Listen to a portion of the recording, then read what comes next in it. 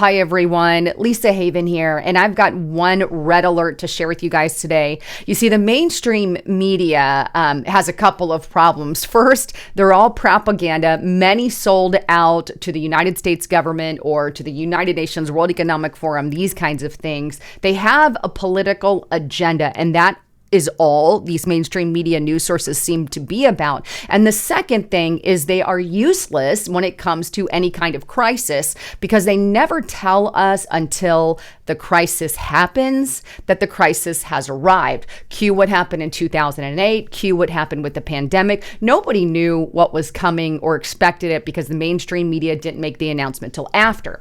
This is why alternative news media networks like my channel here are so important. So please, by the way, just make sure you're subscribed and make sure you have that all button checked. So go to the top all bell. Otherwise, they're not going to send you any of my information. And if you're new, you're going to want to get that information that the mainstream media is not telling you about. But speaking of MSM, they're really kind of not saying a lot when it comes to China.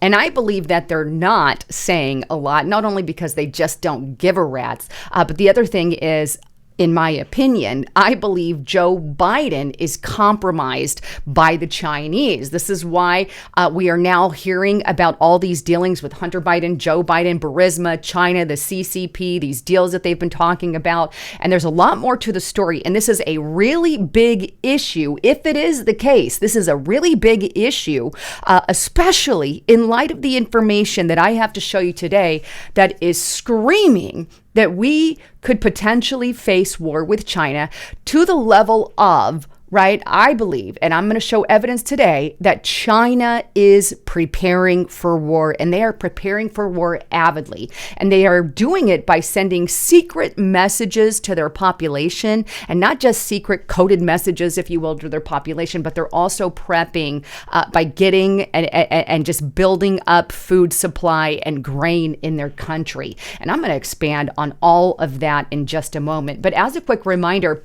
get to restrictedrepublic.com. If you truly want to know what's going on for less than a cup of coffee, I'm going to give it to you for $5 per month with the code LISA5. You can join there and get information that you're not getting anywhere else. We do exclusive video content, live stream events, and all of that. So get to restrictedrepublic.com if you really want to check out what's going on. But with that, let's check out how China is preparing for war. And they're doing that right now. And by the way, if they do, go after Taiwan, right, say China and Taiwan go to war, well, we also have to think of the fact that right now we have Russia and Ukraine at war with each other. And of course, we have the United States sending money and handouts and ammo and all kinds of goodies over there to Ukraine. Well, what happens if another war breaks out between China and Taiwan? Well, we could be looking at a whole entire World War III, and we could very well get involved in that considering our backing. Or said backing with Taiwan. There's conflicting issues on that now. But with that, I want to show you how China is absolutely preparing for war. Take a look at this article on unheard.com, and it's a very recent article. It was just put out July 19th, 2023, and it's headlined, "The Clue, China is Preparing for War. Yi is laying the groundwork while the West looks away." And I want you to just pay attention to those words right now, because I think this is why we really need to get to the bottom of what's going on with the Bidens, because the Bidens seem to be just turning a blind eye to this entire thing. They don't seem to be. They really and truly are. But here's what some of these clues are. The Communist Party officials across China are blindly obeying orders to rapidly increase the supply of land by any means possible, as with the Great Leap Forward that starved tens of millions to death in a futile attempt to produce more steel to industrialize overnight. The official aim is straightforward: to grow more grain. In reality, however, China produces more than enough rice, wheat, and maize to feed its human population. So why the sudden rush? Xi Jinping, it seems, is preparing for war. It goes on. At present, China relies on colossal imports of soybeans, maize, wheat, and other cereals to feed its pigs, cattle, chickens, and ducks. More than 120 million metric tons last year. These are supplied by daily arrivals of bulk carriers into Chinese ports from Argentina, Brazil, Canada, and the United States. If war were to break out, these imports would quickly dry up. In China, there is no spare land for crops, leaving Beijing little choice but to uproot the trees that they recently planted by its costly and much admired reforestation efforts. So I'm going to pause right there, and then I'm going to go back because there's another thing that happened. But basically what they're saying in this article is, hey, they rely on a lot of imported stuff like maize, beans, soybeans, these kind of things, grain kind of things. And some of that comes from the United States and Canada.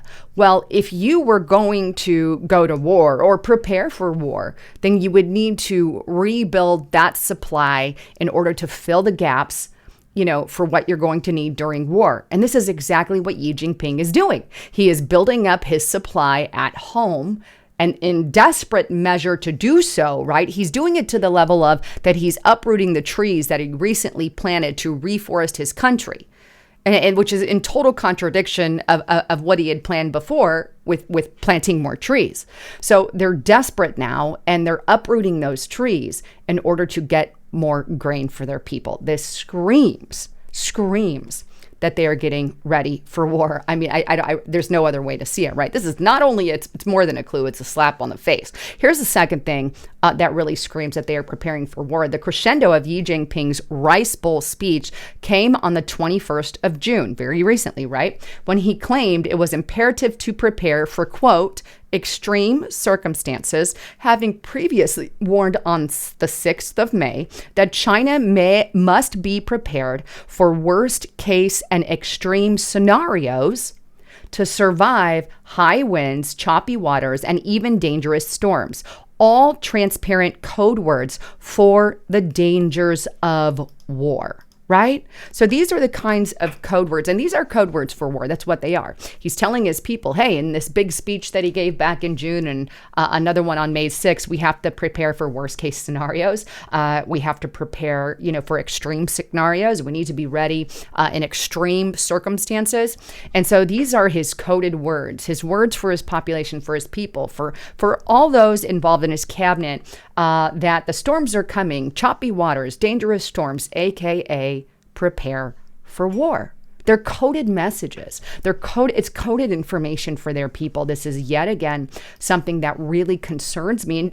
And so these are two major aspects. And in case you want more evidence on some of the fact that they're reclaiming their land there in China for grain use, here's just another article on that. And this is from the South China Morning Post, the one that's controlled there by Xi Jinping. How China's farmland reclamation campaign is driving aggressive crop expansion and land use crackdowns. Increasing the acreage of major foodstuff has become a central priority for Chinese leadership in ensuring that enough food is available in the face of worrisome threats. So this is, evidence that this is what they're doing in China. And that article was published as of late May or early May 2023. And so we have all of this happening. Now, to add a little more fuel to the fire, Taiwan is reporting something that I think you should know about. This is on zerohedge.com. Taiwan says it detected a record 16 Chinese warships around the island. This is as of July 19th. So these are a ton of warships. This is an uptick of war. Meanwhile, here in the U.S., right, we're sending all our supplies out to Ukraine to the level of Joe Biden claimed that we were low on ammo. And not just Joe Biden, we also have Rand Paul making a statement on it. And here this is on Zero Hedge. Rand Paul warns we're out of ammo and we're out of money. Simply, and we are out of money. We're so far in debt, it's sickening. We've been out of money for a long time. We can't afford to continue to send this money to Ukraine, yet that's what we're doing. And meanwhile, we're literally facing a potential war between these two nuclear power heads. I mean, we're not using critical thinking. At least we are. Let me say that again. This administration Democrats run by a bumbling person who can't even put a sentence together are not thinking straight. Either they're not thinking straight or Joe Biden is compromised. And this is a question that I have been asking over on Restricted Republic and many other places, right? This is why you got to be there.